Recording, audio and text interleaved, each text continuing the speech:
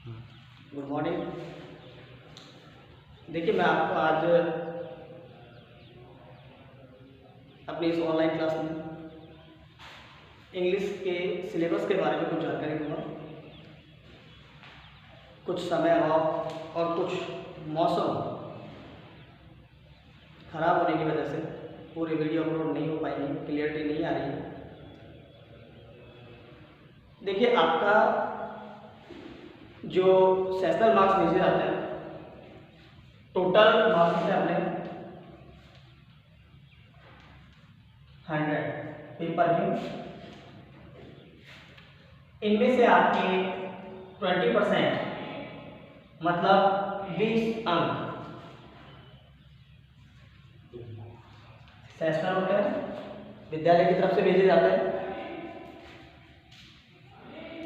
और 80 मार्क्स का आपका सिलेबस है।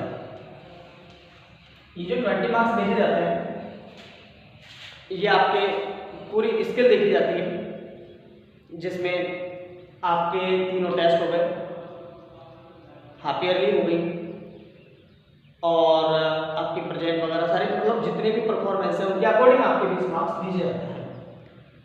80 मार्क्स आपके बचे वो आपके सिलेबस के होते हैं, जो आपको खुद को अर्जित करने होते हैं।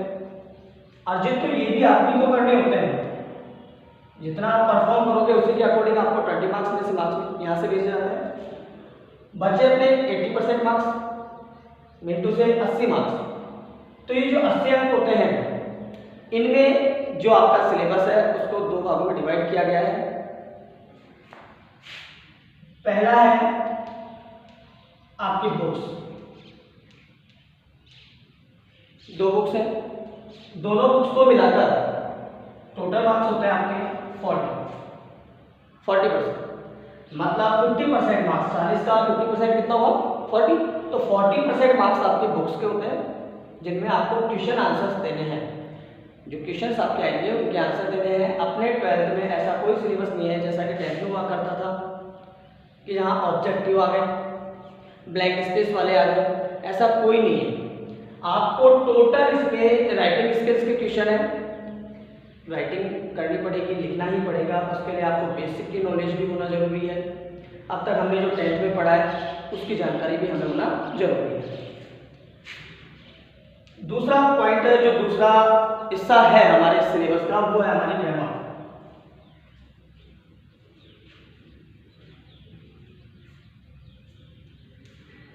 और इसको भी 50% मार्क्स दिए गए हैं, मतलब 40 नंबर आपके ग्रामर के होंगे। इसमें से पहला टॉपिक है आपका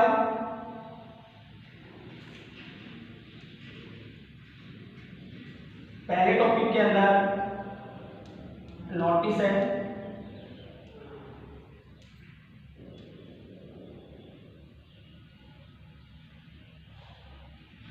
दो टॉपिक इनमें से आपको दिए जाएंगे। 5 टॉपिक हैं जिनमें से 2 टॉपिक दिए जाएंगे, करना आपको एक है। उनमें से नोटिस है, दूसरा टॉपिक है आपका इसी में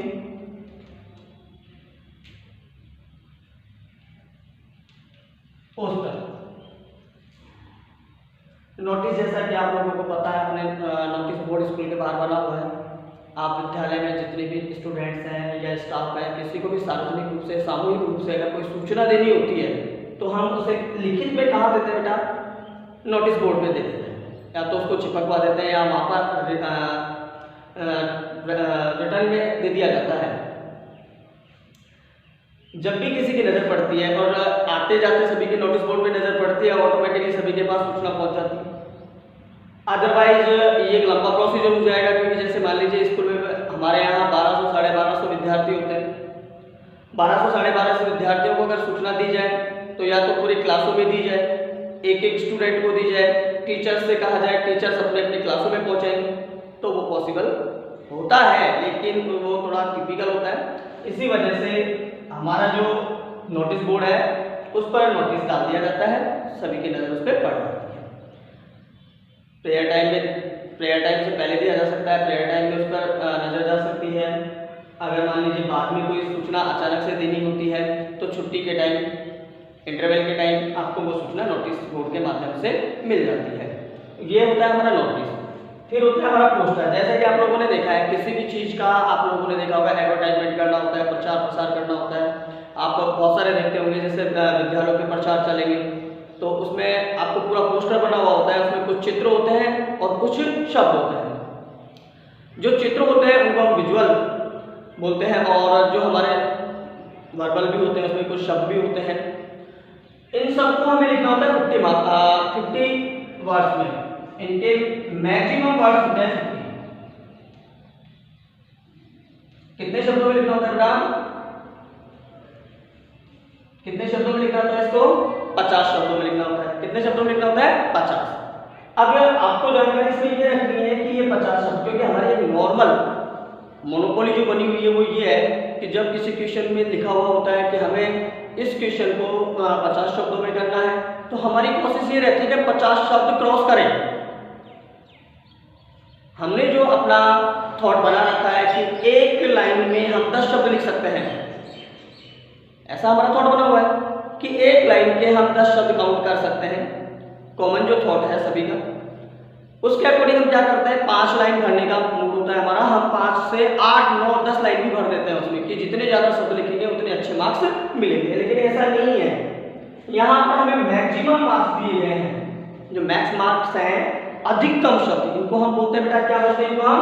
अधिकतम शब्द बोलते हैं। तो जो अधिकतम शब्द है हमारे, वो कितने होने चाहिए? 50। कितने शब्द होने चाहिए बेटा? वो अधिकतम 50। मतलब हम 50 शब्दों तक या 50 शब्दों की सीमा तक ही लिख सकते हैं। अनर्गल बातें इसमें नहीं लिखते हैं। ऐसा नहीं कि हमारे दिमाग में जो भी विचार आ रहा है हमने उसमें डाल दिया। इसको शॉर्ट एंड स्वीट तरीके से लिखा जाता है। हमारी जो बात कहना चाहते हैं वो बात भी हो जाए, सामने वाले को जो सूचना देना चाहते हैं उसे वो सूचना भी मिल जाए, और अच्छे से और स्पष्ट रूप में समझ भी आ जाए। पोस्टर में ये नोटिस हो या पोस्टर हो, और भी मैं भी इसके पॉइंट बताने वाला हूँ। तो जो हमारा पोस्टर होता है, नोटिस होता है, नोटिस के बारे में थोड़ी सी जानकारी मैंने अभी आपको दी है। जब ये टॉपिक चलेंगे मैं आपको पूरे डिटेल में बताऊंगा। जो भी स्टडी मैटर है हमारा, कल से आप लोगों को दिया जाएगा। अभी फिलहाल मैं आपको जो हमारा सिलेबस है उसी से रूबरू करवा रहा हूँ, क्योंकि मौसम खराब होने की वजह से हमारा जो इंस्ट्रूमेंट्स हैं, सेटअप है, वो पूरी तरीके से वर्क नहीं कर पा रहा। पोस्टर है, पोस्टर के बारे में मैंने आपको बताया कि इसमें जो भी हमारा संबंधित टॉपिक है उस टॉपिक से संबंधित चित्र भी होना चाहिए। ठीक है बेटा, एक चित्र भी बना हुआ होना चाहिए। और दूसरा क्या है कि इसमें वर्बल भी होना चाहिए, शब्द भी होना चाहिए, शाब्दिक भी होना चाहिए। अब ये किस तरीके से बनेंगे, किस तरीके के शब्दों का हम इसमें समावेश करेंगे, वो सब चीजें बाद में डिस्कस करेंगे। तीसरा पॉइंट है हमारा बेटा, वो है एडवर्टाइजमेंट।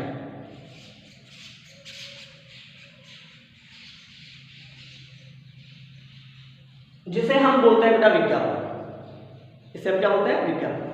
आप लोगों ने टीवी में देखा होगा, टीवी देखते हो तो उस टीवी में आप लोगों ने विभिन्न प्रोग्रामों के बीच में कुछ ऐड आते हैं। ऐड हम शॉर्ट में बोलते हैं, फुल फॉर्म होती है उसकी एडवर्टाइजमेंट, और उसको हिंदी में हम क्या बोलते हैं बेटा? विज्ञापन। क्या बोलते हैं?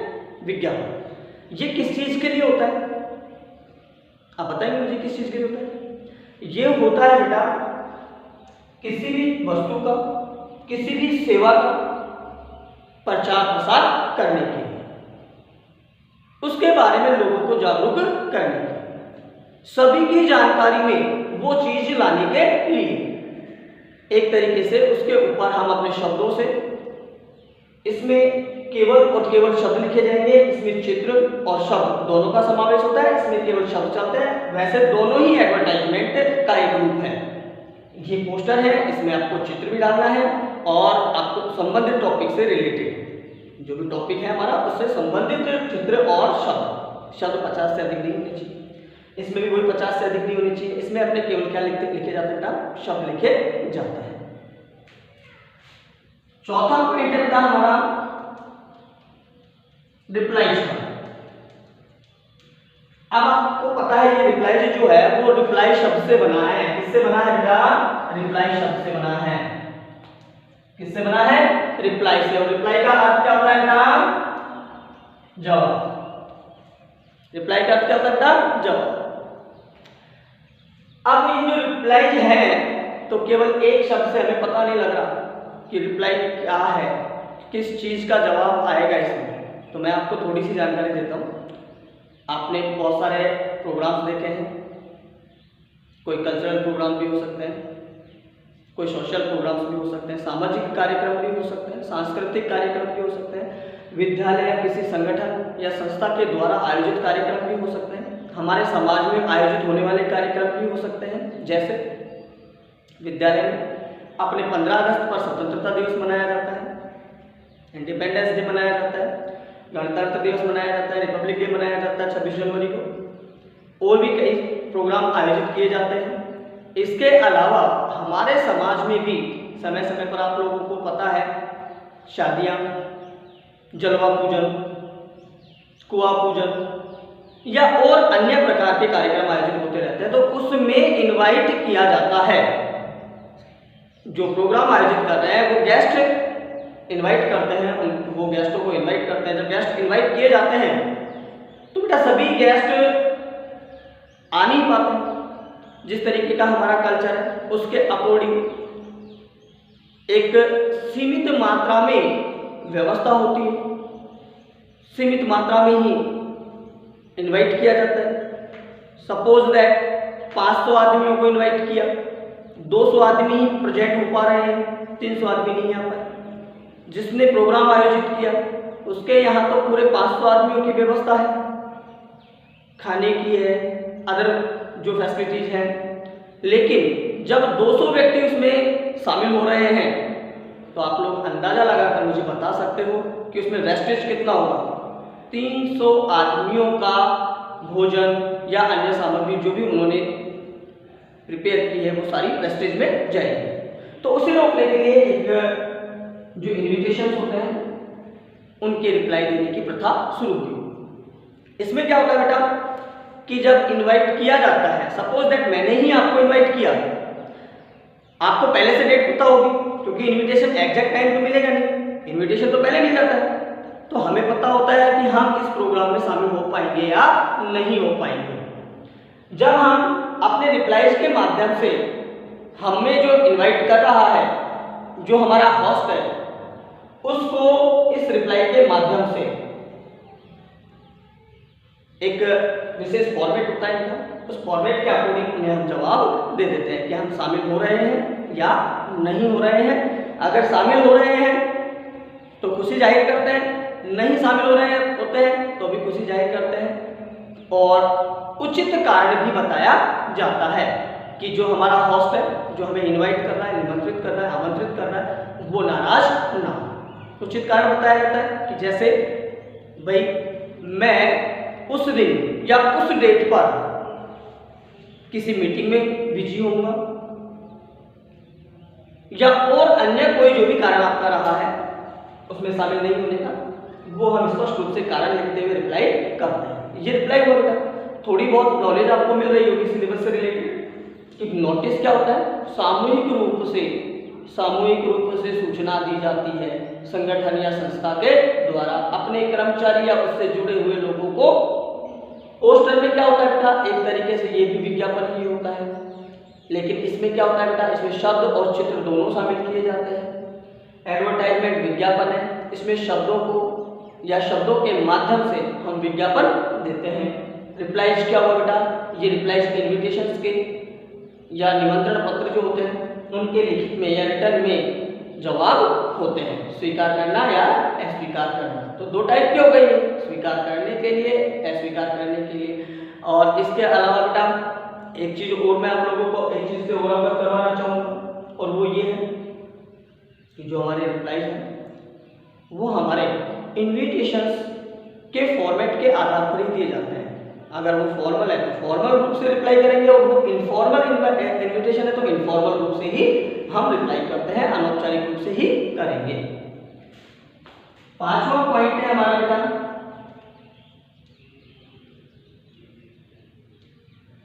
आर्ग्यूमेंट्स। ठीक है बेटा, इसमें क्या होता है, फॉर और अगेंस्ट हमें लिखना होता है।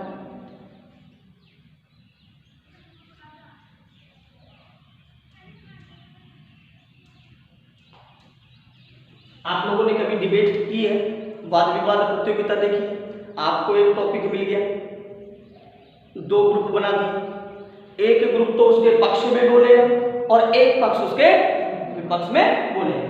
तो पक्ष में बोलना है और विपक्ष में भी बोलना है, ठीक है। मतलब हमें कोई भी टॉपिक जो मिला उसके पक्ष में भी शब्द तैयार करके लिखने हैं, अच्छे सेंटेंस, सुंदर और रिलेटेड। एक हमें उसके अगेंस्ट लिखना होता है, उसके विपक्ष में या उसके विरुद्ध लिखना होता है। दोनों ही चीजें हमें ही लिखनी होंगी, हम अपने आप को ही दोनों को मानकर लिखें। आगे बात समझिए, ये 5 टॉपिक हैं पहले टॉपिक में, और इन 5 टॉपिक के जो अपने अंक निर्धारित किए गए हैं वो 4 अंक हैं, और इन 4 अंकों में आप लोगों को 2 टॉपिक मिलेंगे। नोटिस और पोस्टर दिया जा सकता है, नोटिस और एडवर्टाइजमेंट दिया जा सकता है, नोटिस और रिप्लाई दिया जा सकता है, नोटिस और आर्गुमेंट भी दिया जा सकता है। 2 में से आपको कितना करना है बेटा? 1। टोटल बात ये हुई बेटा, पढ़ने हमको 5 है, पढ़ने तो 5 है, लेकिन बाय द वे अगर मान लीजिए किसी भी कारणवश एक पॉइंट या एक टॉपिक इनमें से रह जाता है, छूट जाता है, तो इतनी ज्यादा टेंशन करने की आवश्यकता नहीं होती है। कारण है उसका कि उसके अथवा में एक ना एक टॉपिक तो 4 में से मिल जाएगा, ठीक है। तो ये कितने नंबर का हुआ बेटा? 4 नंबर। कितने नंबर का हुआ? 4 नंबर। इसके बाद में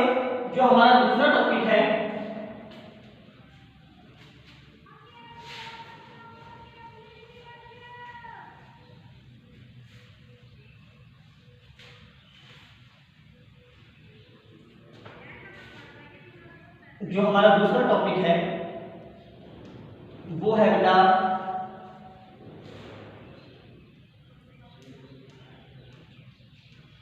रिपोर्ट।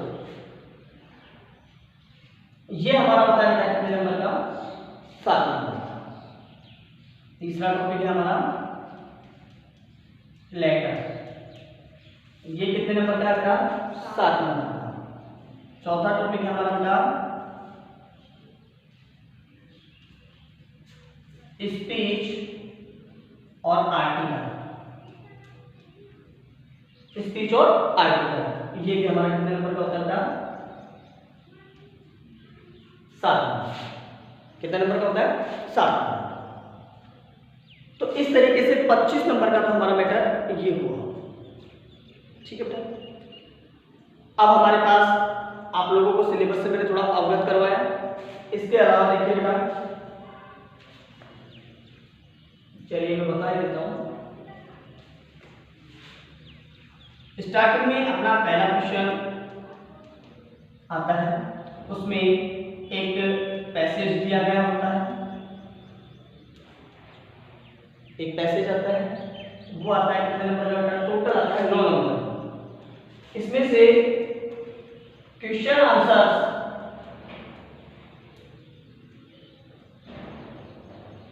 ये आते हैं 6 नंबर, और 3 नंबर के जो क्वेश्चन आते हैं वो आते हैं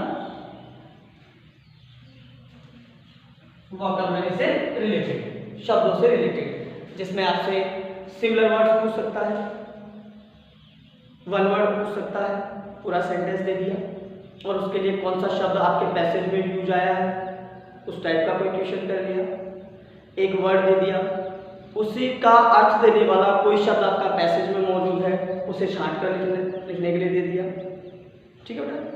तो आप लोगों को सिनोनिम, एंटोनिम वगैरह इनसे आपको रूबरू होना पड़ेगा। इन 3 नंबर के लिए 6 नंबर के क्वेश्चनों के आंसर हमारे पैसेज में हमें मिल जाएंगे। छठा पॉइंट है हमारा फिर बेटा, एक पैसेज आएगा,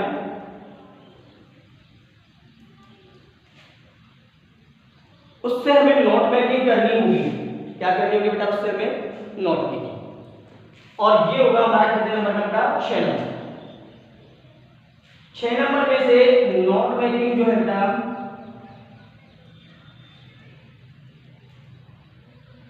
4 नंबर के हो गए, और समरी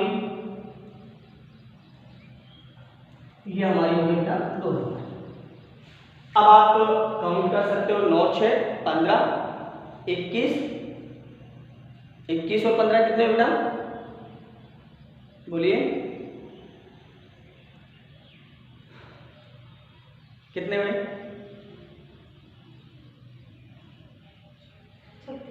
36। तो आप लोग अंदाजा लगा सकते हो कि हमारा नंबर लग, और 4 नंबर का हमारा हमने आपको इससे पहले जब बोर्ड साफ किया था उससे पहले बता चुके हैं कि 4 नंबर के हमारे पास आर्ग्यूमेंट थे, नोटिस थी, इसके अलावा क्या नाम से उसका पोस्टर था, एडवर्टाइजमेंट था। तो उन पांचों में से एक हमको करना था, 4 नंबर का वो हुआ। इस तरीके से ये हमारे टोटल मार्क्स कितने हुए बेटा? 40। कितने मार्क्स हुए? 40। आगे बात समझ में? अब इनके बारे में विस्तार से जो जानकारी देनी है मुझे वो आपको मैं कल दूंगा। आज के लिए इतना ही। Thank you.